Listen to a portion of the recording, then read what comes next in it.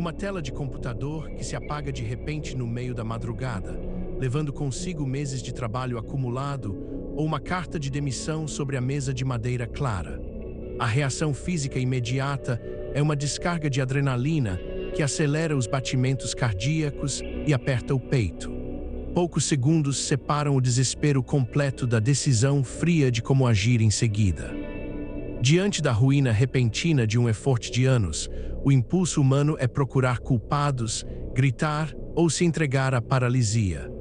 Mas o que realmente acontece na mente de quem consegue ignorar o pânico e simplesmente começar de novo, do zero, sem dar nenhuma explicação? A dor de perder o controle sobre o que construímos não é apenas uma frustração profissional, mas um choque de realidade que atinge diretamente o nosso senso de segurança. Quando um projeto desmorona, quando um contrato é cancelado sem aviso prévio ou quando um erro alheio destrói o nosso progresso, o cérebro humano entra em um estado de emergência biológica. A primeira resposta é o protesto. Queremos que o mundo reconheça a injustiça que acabamos de sofrer. Queremos que alguém peça desculpas, que o sistema mude ou que o tempo volte atrás.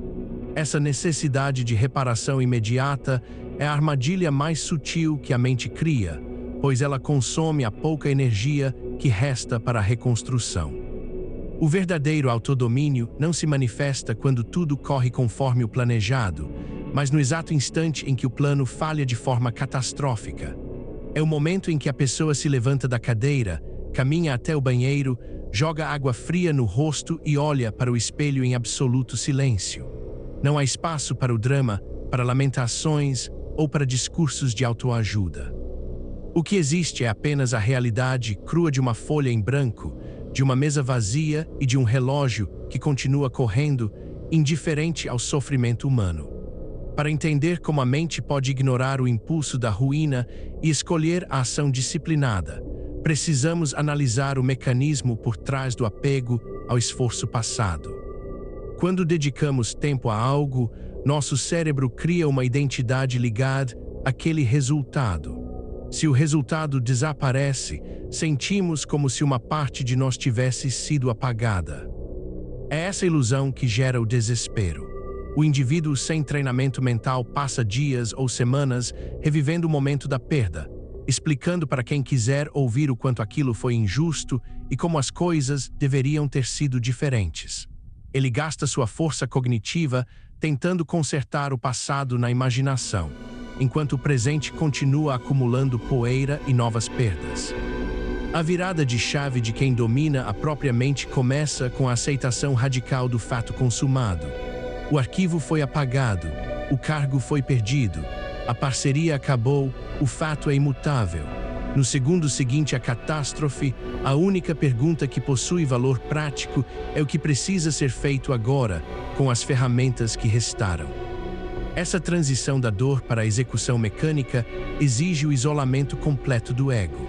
É preciso olhar para os próprios destroços não como uma vítima da situação, mas como um engenheiro que avalia um terreno após um desabamento. O engenheiro não chora pelo concreto quebrado, ele calcula o peso que sobrou e começa a limpar a área. Essa postura muda completamente a nossa relação com o cansaço e com a injustiça.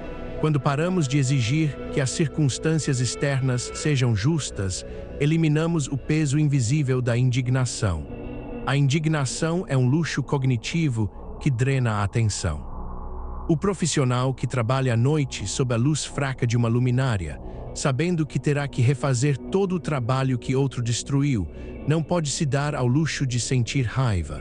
A raiva torna a mão trêmula, o raciocínio lento e a tomada de decisão imprecisa. Ele precisa de uma calma quase cirúrgica. Cada movimento do teclado, cada linha escrita, cada decisão de design ou de estratégia deve ser guiada pela razão pura, não pelo desejo de provar algo para os outros. Existe um custo oculto em tentar se explicar ou buscar validação externa no momento do fracasso. Quando buscamos o conforto de terceiros ou tentamos justificar nossos erros, estamos transferindo a responsabilidade da nossa estabilidade interna para o julgamento alheio. O silêncio, por outro lado, funciona como uma câmara de vácuo onde a energia é preservada.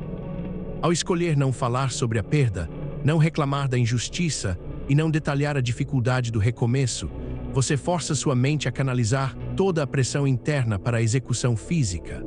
O esforço silencioso possui uma densidade que o barulho das reclamações jamais conseguirá imitar. À medida que o trabalho de reconstrução avança, uma segunda transformação ocorre na mente do indivíduo disciplinado. Ele começa a perceber que a perda do resultado anterior liberou um espaço valioso. O primeiro projeto, embora bem intencionado, carregava todos os erros de conceito, as hesitações e os vícios de quando ele era menos experiente. Ao ser forçado a recomeçar do zero, ele não está realmente partindo do mesmo lugar de antes.